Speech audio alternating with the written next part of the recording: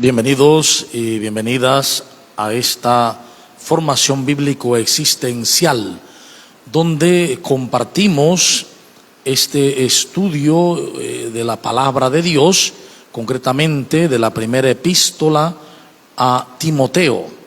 Y comenzaremos orando, abriéndonos al Espíritu Santo, en el nombre del Padre, y del Hijo, y del Espíritu Santo. Padre misericordioso, ponemos en tus manos este momento de encuentro formativo para que todos, abiertos a tu Espíritu Santo, que inspiró tu palabra, podamos comprenderla y sobre todo hacer la vida en nosotros, vida en nuestras comunidades. Por Jesucristo nuestro Señor. Amén. Vamos a ver el capítulo 5 de esta primera epístola a Timoteo. Al anciano no lo reprendas con dureza, sino exhórtalo como a un padre, a los jóvenes como hermanos, a las ancianas como a madres, a las jóvenes como hermanas con toda pureza. Honra a las viudas, a las que son verdaderamente viudas.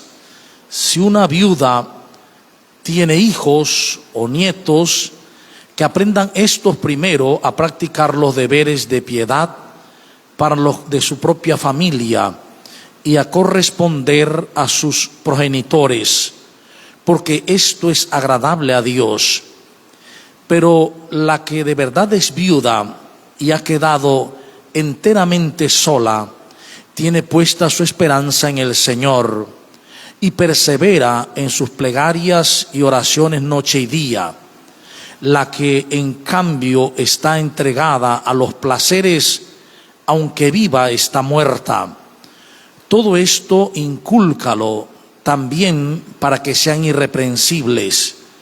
Si alguno no tiene cuidado de los suyos, principalmente de sus familiares, ha renegado de la fe y es peor que un infiel. Que la viuda que sea inscrita en el catálogo de las viudas no tenga menos de 60 años, haya estado casada una sola vez y tenga el testimonio de sus bellas obras, haber educado bien a los hijos, practicando la hospitalidad, lavado los pies de los santos, socorrido a los atribulados y haberse ejercitado en toda clase de buenas obras. Descarta, en cambio, a las viudas jóvenes, porque cuando las asaltan los placeres contrarios a Cristo, quieren casarse e incurren en condenación por haber faltado a su compromiso anterior. Y además, estando ociosas, aprenden a ir de casa en casa, y no solo están ociosas, sino que se vuelven también charlatanas y entrometidas, hablando de lo que no deben. Quiero pues que las jóvenes se casen, que tengan hijos y que gobiernen la propia casa y no den al adversario ningún motivo de hablar mal, pues ya algunas se han extraviado siguiendo a Satanás. Si alguna creyente tiene viudas, atiéndelas ella misma y no la cargues a la iglesia, a fin de que ésta pueda atender a las que sean verdaderamente viudas.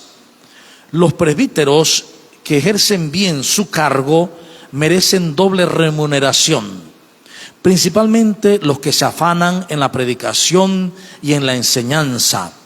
La Escritura en efecto dice: no pondrás bozal al buey que trilla, y también el obrero tiene derecho a su salario. No admitas ninguna acusación contra un presbítero si no viene con el testimonio de 2 o 3.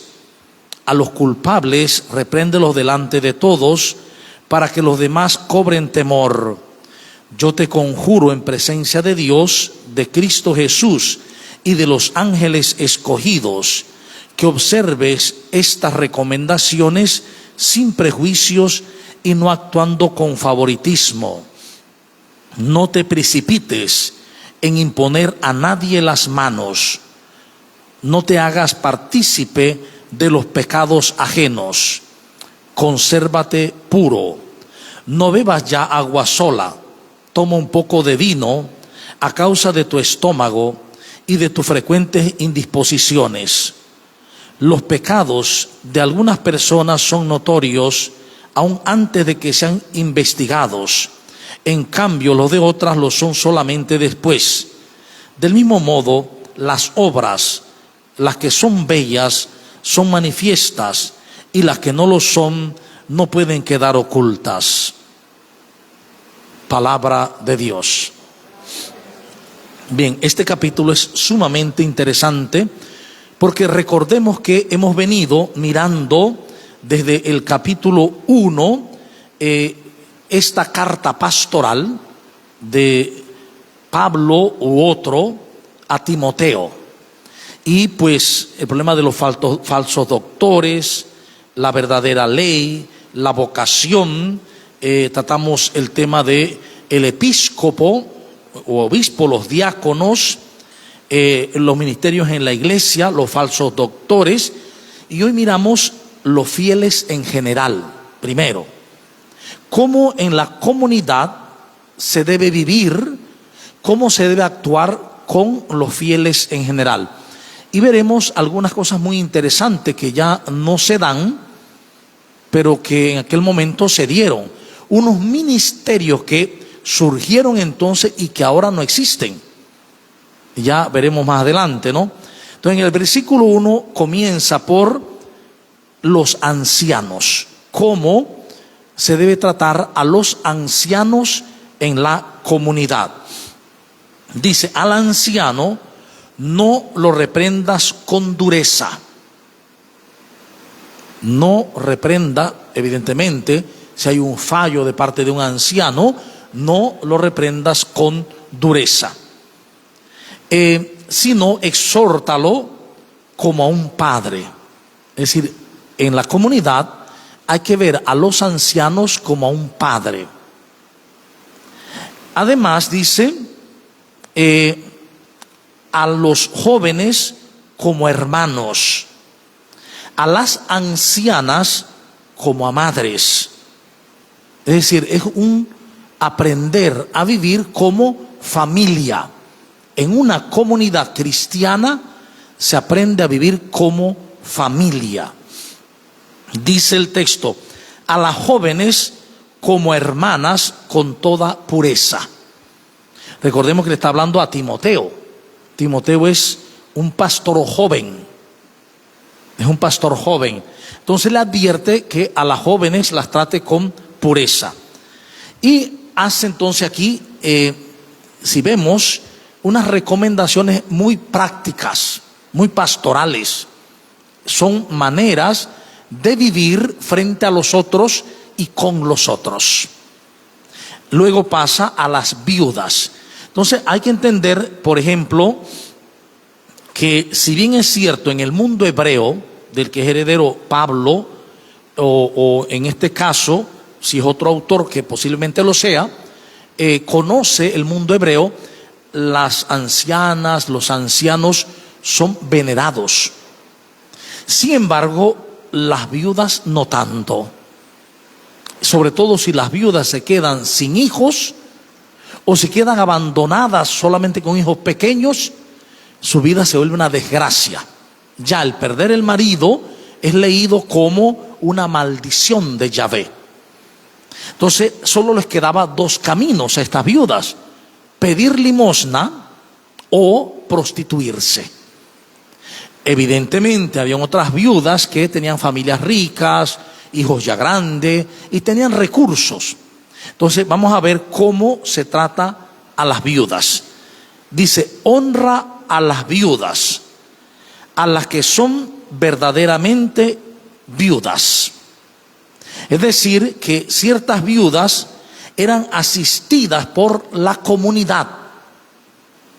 Ciertas viudas eran asistidas por la comunidad.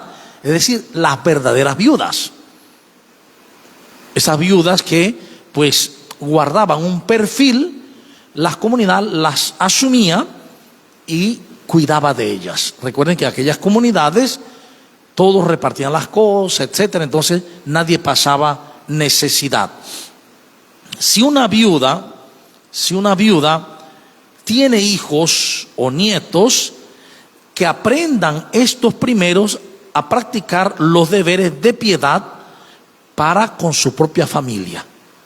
Es decir, si una viuda tiene hijos y nietos, o sea, tiene hijos grandes ya, entonces hay que enseñarle a esos hijos a que su primer deber es con su familia, con la viuda. Que cuiden la viuda, que respeten la viuda, que no la abandonen. Y dice a corresponder a sus progenitores, a sus padres, porque esto es agradable a Dios. En otras palabras, Dios desea, porque Dios es amor, porque Dios es compasión, porque Dios es misericordia, que los hijos amen a sus progenitores y sobre todo que no abandonen a la madre viuda, que la asistan. Esto agrada a Dios. En el versículo 5 dice, pero la que de verdad es viuda y ha quedado enteramente sola, tiene puesta su esperanza en el Señor. Tiene su esperanza en el Señor y persevera en sus plegarias y oraciones noche y día. Entonces, la viuda que ha quedado sin nadie puede esperar en el Señor, confiar en el Señor dentro de la comunidad y vivir, dice, la oración, la plegaria, y saber que la comunidad la va a sostener. La comunidad tiene el deber de sostenerla. La que en cambio está entregada a los placeres, aunque viva, está muerta. Es decir, algunas viudas no buscaban la ayuda de la comunidad por diversos motivos. Tal vez porque no eran creyentes, o porque no querían simplemente, o no conocían la comunidad. Entonces, a la vez que ganaban pues dinero en la prostitución, también lo disfrutaban. Entonces, a esta se refiere, dice, aunque estén vivas, ya están muertas. ¿Por qué? ¿Por qué? Porque recordemos que en el mundo de las comunidades cristianas todo ha de hacerse en el amor, desde el amor y por el amor. Si no se vive en el amor, se vive en el desamor.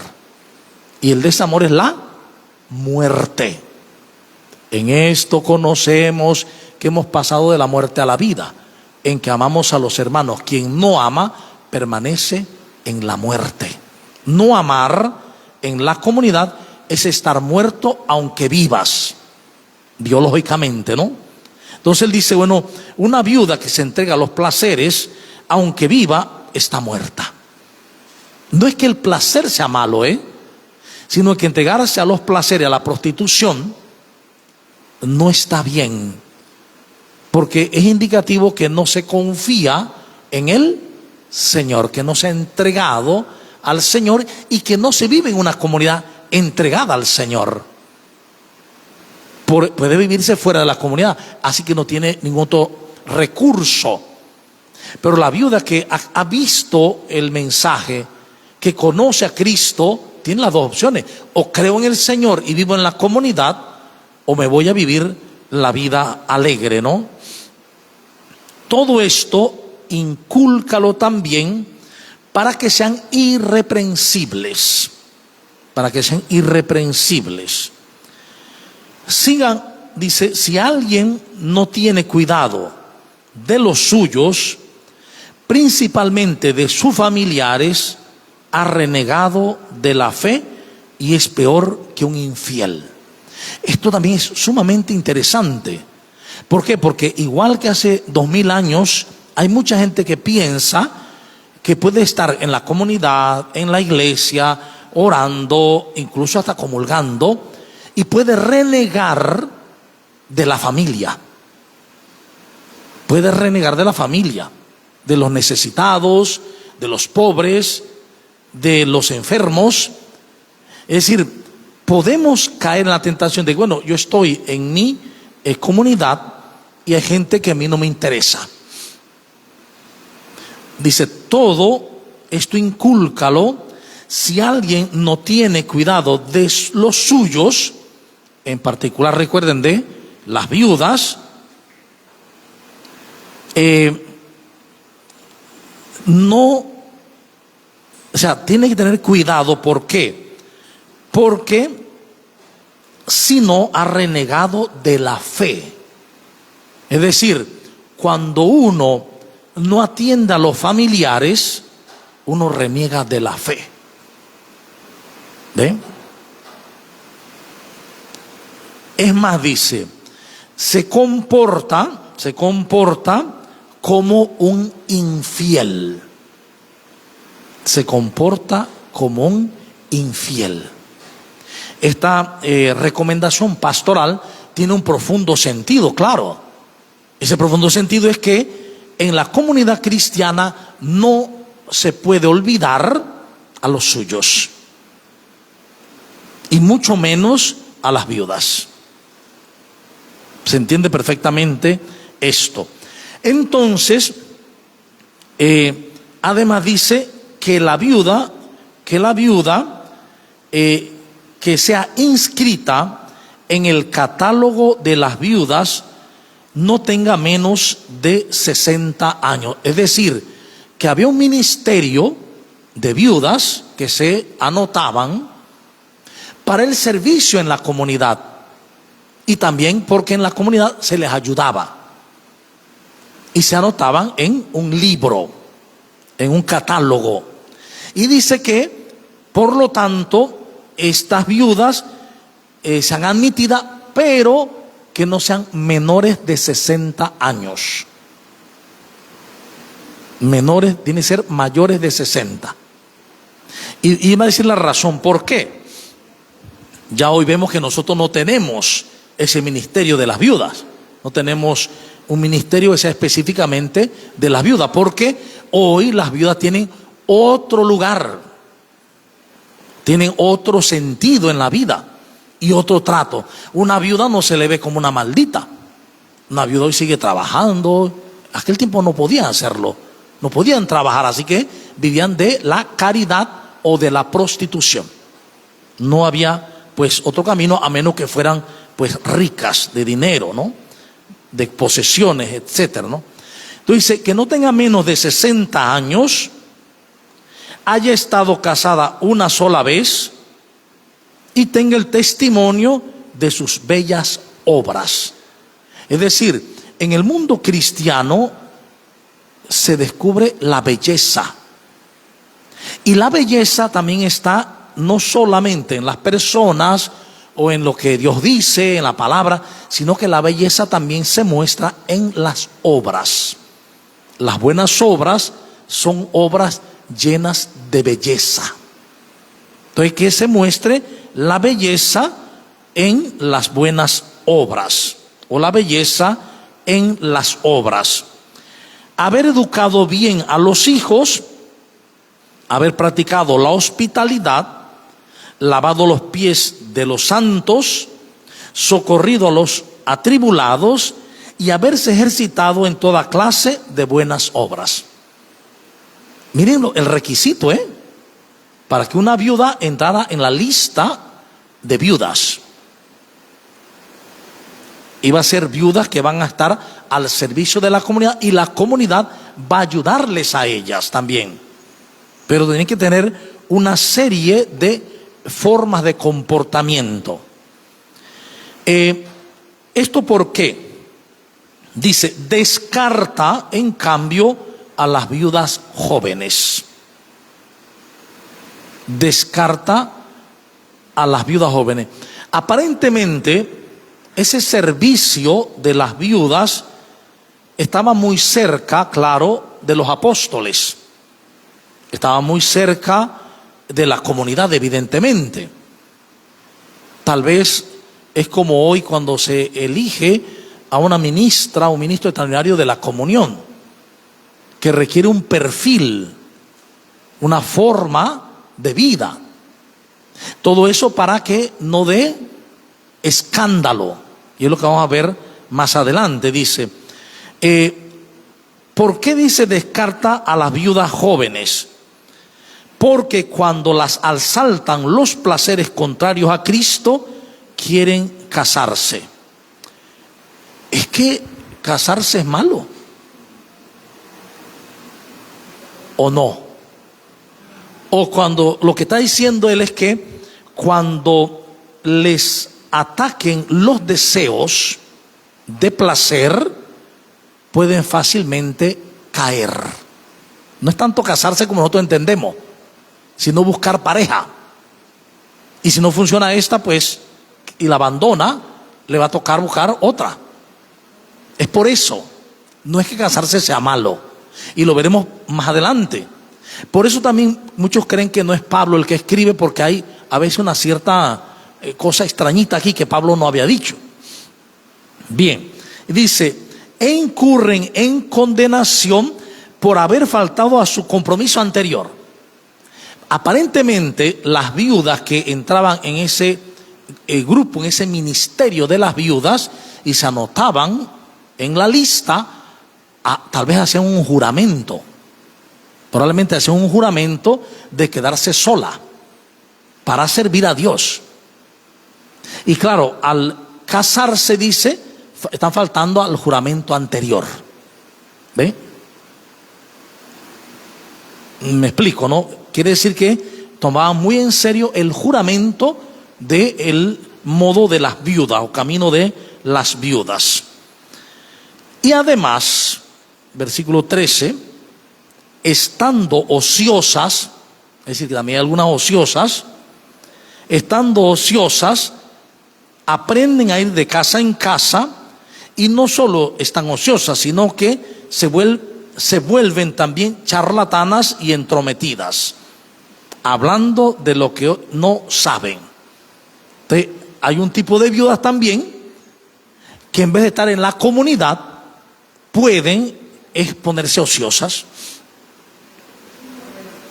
En vez de estar sirviendo a la comunidad, pueden estar ociosas. La comunidad los ayuda, sí, pero están ociosas. Entonces, como están ociosas, andan de casa en casa, tirándole la lengua, dice, y hablando de lo que no saben. O sea que eso no solamente se da hoy, se daba desde entonces, desde entonces. Bien, dice, quiero pues que las jóvenes se casen. Quiero que las jóvenes se casen, que tengan hijos y que gobiernen la propia casa y no den al adversario ningún motivo de hablar mal. Aquí es interesante que aquí sí traducen la palabra Satanás por adversario, pero en el siguiente renglón no. Dice, pues ya algunas se han extraviado siguiendo a Satanás, siguiendo al adversario. ¿Qué significa siguiendo al adversario? Siguiendo lo adverso a Cristo, lo adverso al amor, lo adverso a la ternura, lo adverso al perdón, lo adverso a la misericordia. Si yo vivo adverso a ello, quiere decir que estoy siguiendo el camino de Satán, de Satanás, que significa lo opuesto o adversario. O sea, no es que esas viudas andaban pues haciendo ritos satánicos, eso no, eso es muy, eso no era de ese momento, no. Simplemente, fíjense que es interesante eso, porque hay que discernir bien. A veces se hace mucho énfasis en los ritos satánicos, en los cementerios, etcétera. Y cuando se hace exámenes psicológicos, psiquiátricos, a estas personas suele encontrarse unos profundos problemas, unos grandes desvíos mentales. Bueno, no está bien hecho lo que hacen, pues. Sin embargo, el verdadero culto satánico lo hacemos muchas veces los creyentes, cuando nos ponemos de parte del Satán, es decir, de parte de lo opuesto a Dios. Cuando yo actúo opuestamente a Dios, que es lo que Jesús dijo en su momento, o juntan conmigo o desparraman.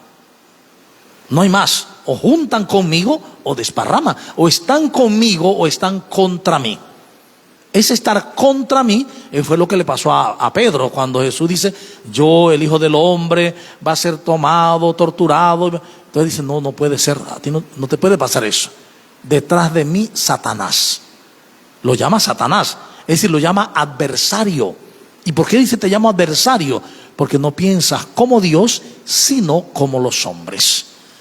Cada vez que nosotros no pensamos como Dios, sino como los hombres, es decir, de una manera egoísta, siguiendo el camino del ego, entonces adquirimos la forma de Satanás. Vivimos como Satanás, diabolos, dividiendo. A veces hacemos mucho énfasis en aquello y olvidamos esta otra forma, que es muy común. A veces, en vez de ser comunidades divinas como son, santas como son realmente, el comportamiento es totalmente satánico. Comportamiento de comunidades totalmente opuestas a Cristo, opuestas al amor, al perdón, a la misericordia, a la ternura, a la bondad. Entonces vemos que estas cartas nos están llamando a una practicidad del evangelio. No es cuestión teórica, es cuestión muy práctica. Muy práctica. Fíjense que es fácil, por ejemplo, decir que por allá en Nueva York hicieron una convención satánica o no. Ok. Pero decir que en cada lugar del mundo, en cada comunidad cristiana, podemos estar viviendo satánicamente, eso es muy grave y muy fuerte. Si en la comunidad hay desamor, hay odio, y no le hablo a este y no le hablo a aquella, y hablo de este y hablo de aquella, estoy dividida o dividido. Estoy en diabolos. Estoy viviendo contra Jesús, contra su amor. Estoy desparramando porque no vivo el amor. Estoy viviendo le Satán, lo adverso. Esto es lo práctico. Esto es lo práctico. Fíjense que se habla mucho de el satanismo y no sé qué, pero de esto no se habla.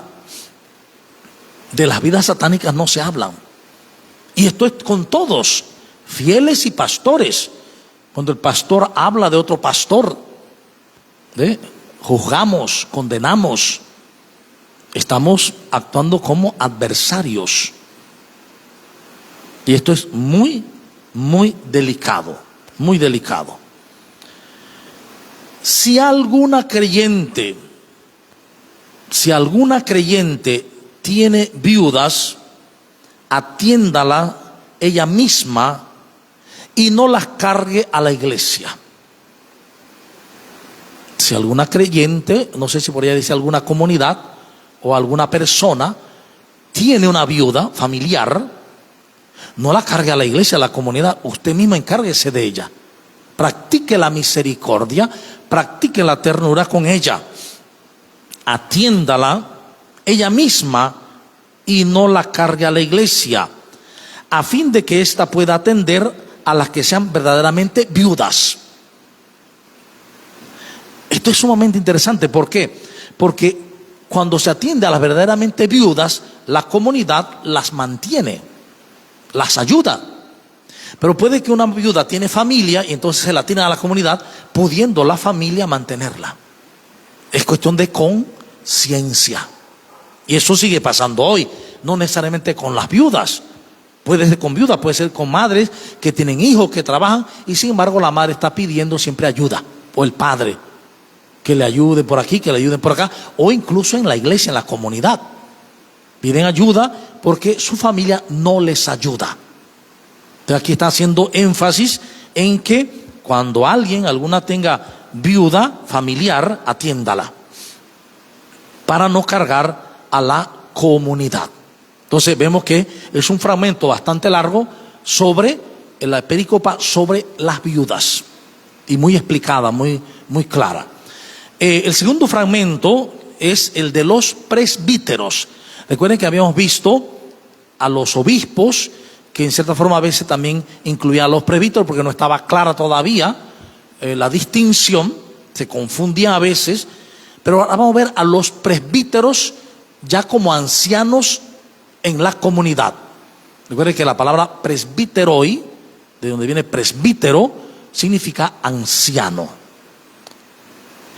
Los presbíteros que ejercen bien su cargo merecen doble remuneración. Fíjense eso, merecen doble paga, dice, los que trabajan bien.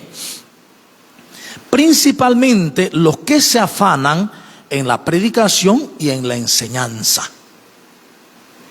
En la predicación y en la enseñanza. Es decir, Pablo está diciéndole a Timoteo que también, aunque es presbítero, está actuando como episcopo en un momento. Ya veremos por qué. Ya le dice, mira, el presbítero que trabaje bien, tenga doble remuneración, principalmente se hace lo que debe hacer. Es decir, la función de un presbítero en ese momento, ante todo, era predicar y enseñar. ¿Sí? Claro, celebraba en la comunidad, evidentemente, pero su función principal era predicar y enseñar. Por eso atender a las viudas y todo lo demás lo hacían los diáconos, organizaban esto, ¿no? La escritura en efecto dice: no pondrás bozal al buey que trilla. ¿Sí? Y también el obrero tiene derecho a su salario. Está citando el Antiguo Testamento para decir que el obrero, pues es Deuteronomio 25:4, la cita, Deuteronomio 25:4, que el obrero tiene derecho a su salario. No admitas ninguna acusación contra un presbítero si no viene con el testimonio de 2 o 3. ¿Por qué esto? Porque es fácil indisponer siempre al presbítero una persona. No me cae bien, no me gusta la iglesia, siempre estoy ávido de los escándalos, entonces fácilmente una persona dice algo. Dice, no admitas eso. Si vienen 2 o 3, entonces sí. Además de eso, dice, ¿qué hacer ante esto? A los culpables, si alguien es realmente culpable, presbítero, repréndelo delante de todos, para que los demás cobren temor. A un presbítero puedes reprenderlo. Es decir, quiere decir que Timoteo era como un presbítero coordinador, lo que era un episcopo también. Entonces, ¿por qué? Timoteo tiene el poder de verificar si algún presbítero realmente ha fallado. Entonces dice, a ese repréndelo fuertemente para que recobre el temor en los demás. Yo te conjuro en presencia de Dios, de Cristo Jesús y de los ángeles escogidos, o sea, de los mensajeros escogidos, que observes estas recomendaciones sin prejuicio y no actuando con favoritismos. Es que aquel presbítero es amigo mío, entonces sí se la paso, pero aquel que me cae mal, ese sí le cae la teja. Dice, no actúes con favoritismos. O sea, imparcial. Y esto es muy fuerte, Esto es muy fuerte. Porque la tendencia en una comunidad es actualmente, ¿cuál es? Si una persona es muy amiga, muy cercana, ¿cómo vas a hacer eso? Si somos amigos o amigas. ¿Ven? Entonces, ser imparcial requiere tener una conciencia muy clara y un ego bien bajado. para poder ser imparcial. Eres mi amigo, pero tengo que decirte esto y esto y esto y esto, aunque seas mi amigo. Porque la tendencia, ¿cuál es? Si hay un laico, un presbítero, y yo le digo algo, ¿cuál es la tendencia? Se va a molestar. Y si es algo fuerte, se va a enojar y me quita el habla, porque consideraba que yo soy su amigo, y como amigo no debería hacer eso, debería pasarlo por alto. Entonces, eso es lo que dice a Timoteo Pablo: nada de actuar por favoritismos. Te invoco en nombre del mismo Dios a esto. Es más, dice, no te precipites en imponer a nadie las manos. Fíjense que ahí se ve que era como obispo para ordenar presbítero, para darle el cargo, el trabajo, o mejor dicho, el encargo de presbítero. No te precipites en imponer a nadie las manos. Ah, no, que qué bueno se ve, que chévere, y vamos a Dios a imponer las manos para que sea presbítero. No te precipites. ¿Por qué? Dice, no sea que te hagas partícipes de los pecados ajenos. Es decir, yo ordeno un presbítero, esto que el presbítero sale mal, entonces yo participo por haberlo ordenado, sin haber esperado, sin haber investigado, sin haber visto con tiempo esta ordenación, en el caso actual. No imponga las manos de manera rápida, ¿sí? No te precipites, no te hagas partícipe de los pecados ajenos. Consérvate puro. Entonces, consérvate puro, que es una sola frase, hay que entenderla bien. ¿Cómo el hombre se conserva puro? Dice la palabra, temiéndote a ti, Señor. Es decir, respetándote reverentemente a ti, Señor, se mantiene el hombre puro. Pero ¿qué significa respetar reverentemente a Dios? Es vivir al unísono con Dios, sintonizado con Dios. ¿Y dónde me puedo vivir sintonizado? ¿Dónde puedo vivir sintonizado con Dios? ¿En el pasado? No. ¿En el futuro? Tampoco. En el presente. Mantenerse puro significa vivir el momento presente. Si como presbítero estás pensando en los fieles o en otros presbíteros, mirándolos desde el pasado, es decir, juzgándolos, no te va a mantener puro en tu mente.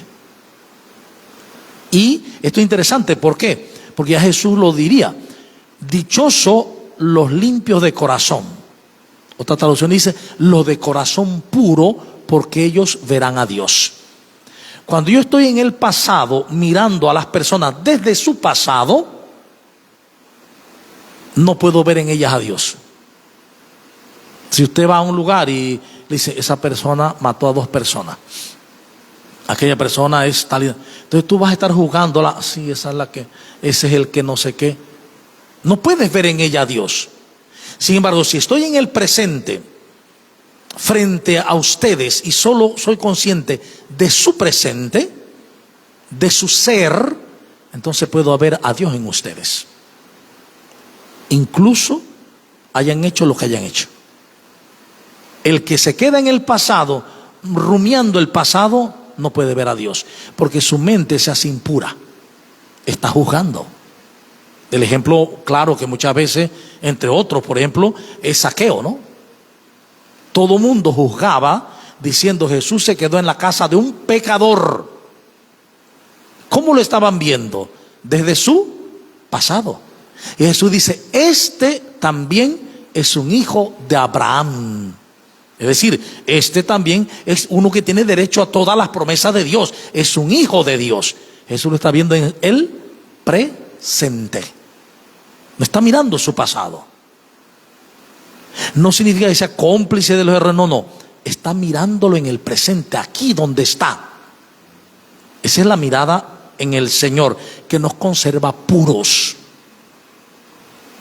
¿Sí? Aquí entonces salta en el versículo siguiente, 23, salta ya la persona de Timoteo y le dice: no bebas ya agua sola, toma un poco de vino a causa de tu estómago. Se parece que Timoteo sufría un problema estomacal y lo dice: y de tus frecuentes indisposiciones estomacales.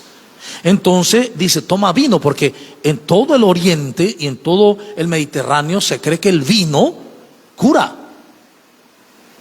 Usted ve en Europa todavía en los campos, ya en la ciudad no tanto, pero en los campos europeos, un niño le da dolor de barriga, una niña tenga 7 años, 8 años, le da un vaso de vino, tómeselo. Era una creencia que había. Y efectivamente el vino tiene sus facultades por los taninos y todo lo demás, ¿no? Así que toma vino para tu estómago. Así que ya saben, tiene problemas de estómago, tome su copita de vino. Y dice el texto: los pecados de algunas personas son notorias, aún antes de que sean investigados. En cambio, los de otras lo son solamente después de investigado. Es decir, que en la comunidad, cuando había algo, se investigaba. ¿Por qué se investigaba? ¿Porque estaba el afán de castigar a la persona? No. Se investigaba por amor, para ayudar a la persona, para ayudarla a salir de una situación equivocada, errónea, oscura, de miedo. Entonces se le investigaba. No, lo que pasa es que aquí a mí me han dicho que, qué sé yo, Juan no le está hablando a María en la comunidad. Y resulta que los dos son ministros extraordinarios de la comunión. Entonces eso hay que investigarlo si es verdad. Investigarlo no para sacarlos de ministro una vez, no, sino investigarlo para ayudarlos a ver qué les pasa. Porque si no se hablan están mal, si no se hablan están muertos ya en vida, porque no viven el amor. Entonces la investigación va en pos de la vida, en pos del amor, no para sacarle los trapos en la comunidad, que es total desamor. Es para ayudarlo en la comunidad. Y fíjense que el evangelio es claro. Cuando una persona tiene un problema X, ¿cuál es la recomendación que el Señor da? Primero, habla con ella. Si no te hace caso, lleva un testigo. Si no te hace caso, lleva 2 testigos. Y si no te hace caso con 2 testigos, llévala entonces a la comunidad. Y en la comunidad exhorta. Y cada testigo trata de que la persona vuelva a la verdad, vuelva al amor. Entonces no es que me doy cuenta de algo y una vez venga a la comunidad a señalarla. No, no. Es un proceso amoroso, de ternura, de compasión. Eso es importantísimo en la comunidad cristiana. ¿Por qué? Porque la comunidad cristiana es para curar. La comunidad cristiana es para sanar los corazones, las mentes. No es para que la gente, bueno, al que no sirve, fuera. Es que eso no fue lo que aprendimos del maestro. ¿Qué enseñó el maestro a la vida? Los 12 le fallaron. Judas, luego de suicidarse, quedan los 11, pero todos lo abandonaron. Pedro lo negó, todos los demás lo abandonaron. Es decir, abandonaron al Señor. ¿Ve? Y Jesús, cuando resucita, no dice: a ver, estos 11 no sirven para nada, son unos cobardes, y cobardes no quiero, como Pablo sí dijo en su momento, ¿no? Así que voy a buscarme 11 nuevos, muy fieles. No, Él vuelve a llamarlos, esos mismos 11 que lo abandonaron, que lo traicionaron, y vuelve a recomenzar con ellos. ¿Ve? Es el camino del amor. No es desechar a las personas, es ayudarlas a crecer. Ese es el camino en la comunidad. Luego dice el texto: del mismo modo, las obras que son bellas son manifiestas, y las que no lo son no pueden quedar ocultas. En una comunidad, las obras que son bellas se muestran. A veces son obras muy pequeñas, son obras muy sencillas, una mirada, gestos. A veces no nos damos cuenta, a veces nosotros no nos damos cuenta, y por eso hay que ser como investigativo hacia uno mismo. ¿Qué gestos tenemos? ¿Qué miradas damos? Porque a veces uno no se da cuenta que los gestos y las miradas que hacemos hablan mucho más que cualquier palabra.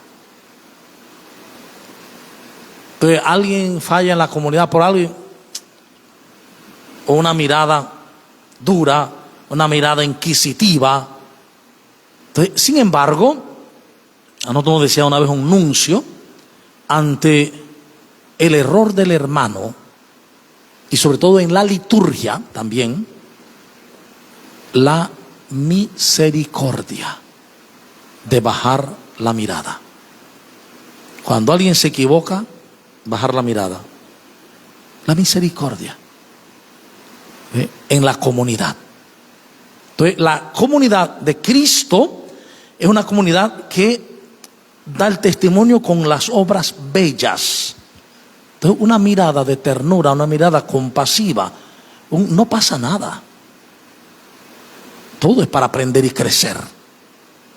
Hace que la persona que se equivocó no se hunda, ni en la vergüenza, ni en la autolapidación. No.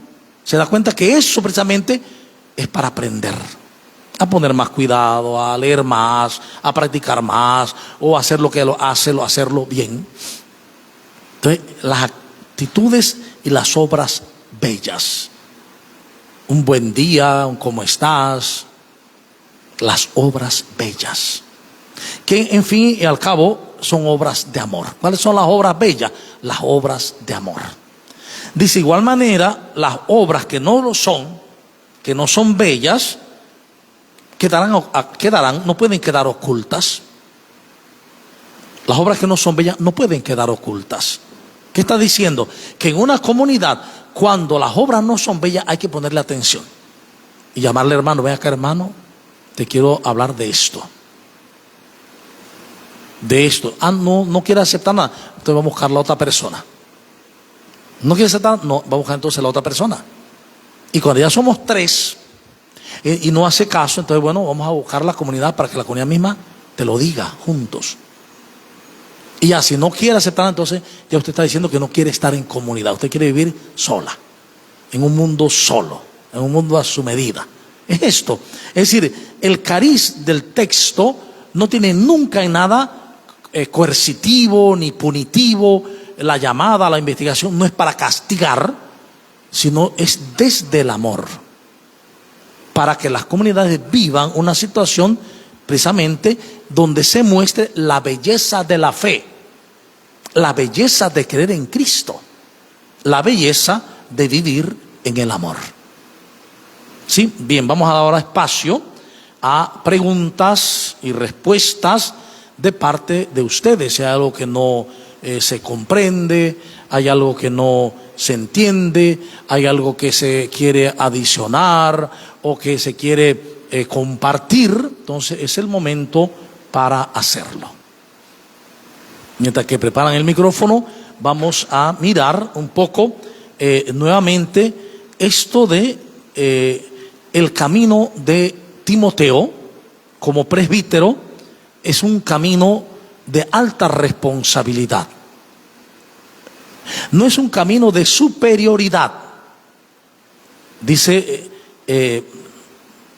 ahí el autor, igual que las viudas, uno de los signos, dice, de la viuda que se ha anotado en el pergamino es que le haya lavado los pies a los santos. Quiere decir que sea hospitalaria, que sea una persona de servicio, una persona no engreída. ¿Me explico? Porque el engreimiento es terrible. Así que pide que por este lado que las viudas tengan unas formas de vida humildes, acogedoras, lavar los pies a los santos, que es a los de la comunidad. Esto es figurado, no es que le lavaban los pies. Es lo que decía Jesús: yo les he lavado los pies, hagan lo mismo. Es decir, que yo que soy Señor y Maestro, les he servido, ustedes también hagan lo mismo. Sírvanle a los hermanos, traten bien a los hermanos, amen a sus hermanos. Bien, ya están listos el micrófono, entonces vamos a ver las preguntas.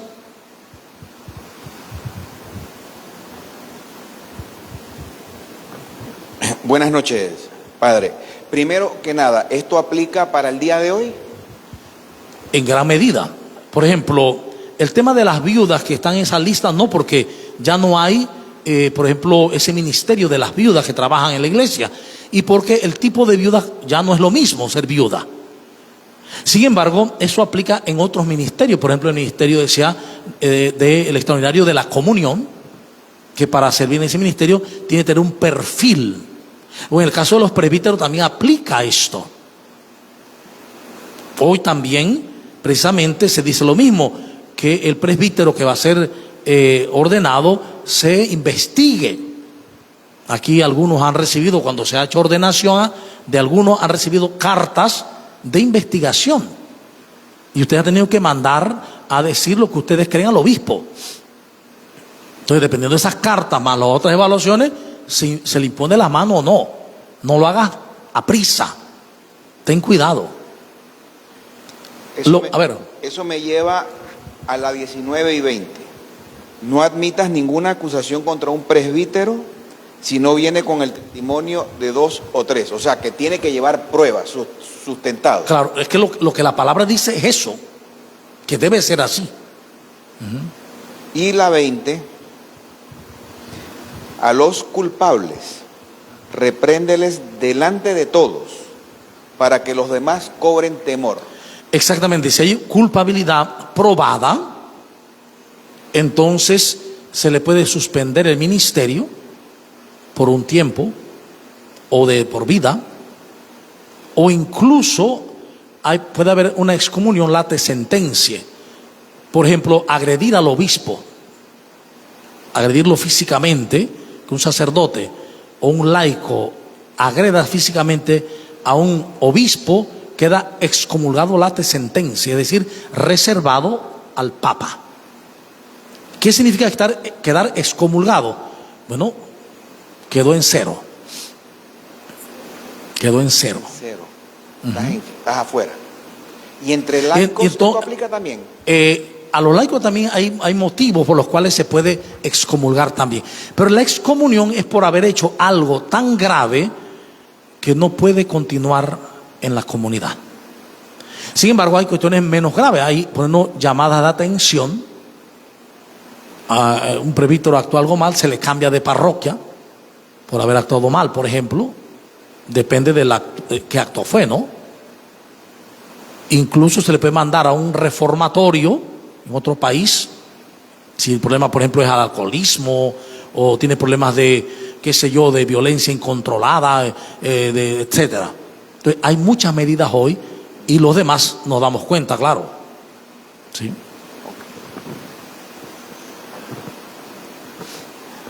Me parece interesante lo de las viudas, porque, o sea, qué visión la de Pablo cuando comenta esto, ¿no? En estas cartas, porque una mujer de 60 años en realidad ya ha hecho una vida, independientemente si es viuda o no, y entonces se ha hecho un caminar con el Señor. Qué agradable poderse dedicar al servicio de la iglesia. Y a mí me parece que si él lo plantea allí, claro, un poco riguroso desde el punto de vista moral, pero es que debe ser así, ¿no? Porque se supone que hay que dar el testimonio a las más jóvenes, etcétera. Así que sí pienso, hay muchas mujeres que se jubilan, por ejemplo, o no se quieren jubilar nunca, llegan a los 80 años y no se ay no, pero es que me voy a aburrir en mi casa, dice, hombres y mujeres, y entonces están ocupando los puestos que debieran ocupar la gente más joven, por ejemplo, ¿no? Entonces, me parece que hay bastante trabajo que hacer en la iglesia y que hasta edificaría su vida las personas que después de esa edad yo siempre decía, ¿por qué hay tanta viejita siempre en la iglesia? Y no entendía mucho, pero creo que debiéramos entrar más jóvenes a apoyar, ¿no? Claro, claro. Lo que pasa es que en la iglesia, cuando uno llega a una edad mayor, ya que te queda. Entonces ya nada me satisface. Dios, ahí sí puedo ya llegar, ¿no? Es lo que puede o suele suceder. Pero también recordemos que en aquel momento la edad media era menor que ahora. O sea, hoy la edad media para las mujeres creo son 73, 75 y para el hombre 68. Me parece que es la última edad media que ahí está subiendo. Pero en aquella época la edad media era mucho menor, estaba entre 40 y 50. O sea que ya una mujer de 60 años estaba bien apachurrada, ¿eh? Pero hoy usted ve una mujer de 60 años que hace pilates, que hace gimnasio, y a usted le parece a veces que tiene 40, 30. Entonces, todo cambia, ¿eh? Todo cambia. Pero también en la iglesia, decía Pablo, que no se ordenara a jóvenes, no se hicieran presbíteros jóvenes. Porque que el presbítero no esté sin experiencia. Por eso decía, debe haberse casado, tener hijos, haberlos criado, haber sido responsable. Y si fue dueño de su casa y responsable en su casa, entonces puede ser responsable en una comunidad. Es que era muy lógico. Era muy lógico. Bien, a ver. Buenas noches, Padre, hermanos todos. En el versículo 1, donde dice, al anciano no le reprendas con dureza, sino exhórtale como a un padre. Y quería comentar algo respecto a esto, y la hermanita también estaba comentando sobre este mismo tema. Es que, ¿qué actitud debemos nosotros, dignificante, qué actitud dignificante debemos tener nosotros hacia las personas ancianas o de tercera edad en el ámbito donde se encuentren, principalmente pues también en la iglesia, porque a veces hay una actitud como de, más que de misericordia, sino como de ¿cómo se puede llamar? Como de pobrecito, una actitud así más como peyorativa, lástima, o sea, que no es lástima, que no es una actitud dignificante para la persona. Entonces siento que muchas veces los ancianos evitan jubilarse, evitan muchas cosas también, porque huyen a la soledad. Y a veces en la iglesia también se le tiende a ver de esa manera como que ya las cosas han cambiado, que ya están desfasados. Entonces, ¿qué actitud dignificante podemos tener hacia las personas de tercera edad? Porque todos vamos hacia allá de primero. Que también no los veamos con esos ojos de tristeza o de ya como desahuciados, sino con ese amor y esa posibilidad de que puedan aportar a la iglesia, tal como ahorita mismo hay algunas culturas orientales, como en Japón. Los abuelos son muy valorados y de hecho ayudan en la crianza de los nietos por toda la sabiduría que aportan a la familia. Sí, de hecho, ahora mismo el tema de la ancianidad es un tema en crisis o una situación que está en crisis. ¿Por qué? Porque precisamente la ancianidad ha venido a leerse en la narrativa humana como el no sirvo, el desechable. Por lo tanto, hay un terror a la ancianidad, hay un terror a volverse anciano, a envejecer. Entonces, evidentemente, ante el terror y el miedo que hay de envejecer, la única actitud que debe haber en la comunidad es la del amor. Y la del amor va a ser la que va a generar entonces la compasión hacia el anciano. Que compasión no es lástima, ¿eh?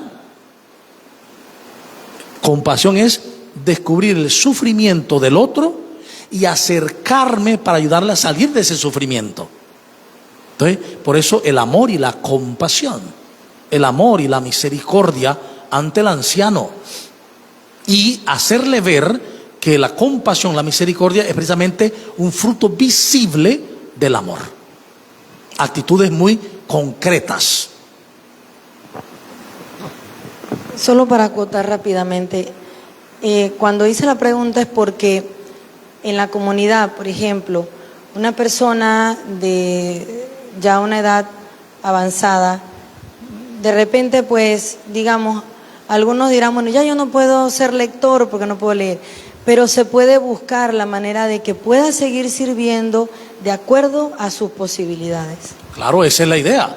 Por ejemplo, aquí ha habido muchos lectores, en el caso ministra, que nos han dicho, ya no podemos, porque no puedo subir las escaleras, porque no, pero sirvo en otra situación. Y ahí esto es importantísimo, porque en la iglesia no hay niveles de servicio. No hay niveles de servicio. No hay grado de servicio. En la iglesia hay distintos ministerios, distintos servicios solamente. Entonces, dejó de ser ministra o dejó de ser lectora y ahora vende el periódico o ahora barre. No es que bajó de categoría. No. Estoy haciendo un mismo servicio. Recuerden que lo importante en el servicio no es el tamaño, es el amor con que lo realizo. El amor con que lo realizo. Entonces tenemos que, lo primero es sacar de la iglesia la idea de la comunidad de que hay servicios más altos que otros, donde yo puedo sacar el pecho y decir yo tengo, no. Todos tenemos distintos servicios. Lo grande, dice el DEC, el documento para etapa continental, es la dignidad bautismal. Lo grande es eso. Y terminamos porque ya se hizo pues el tiempo. Vamos a terminar con una oración. Padre Santo, ponemos en tus manos las comunidades de este siglo, nuestras comunidades cristianas, para que siguiendo tu palabra, siguiendo el camino del amor, vivifiquemos nuestras relaciones y que cada comunidad se convierta en un oasis de amor, un auténtico lugar de tu presencia, y así podamos todos encontrar la acogida, la hospitalidad y ser capaces también de darla a los demás. Por Jesucristo nuestro Señor. Amén. En nombre del Padre, y del Hijo, y del Espíritu Santo. Amén. Y nos vemos próximamente el próximo martes. Bendiciones.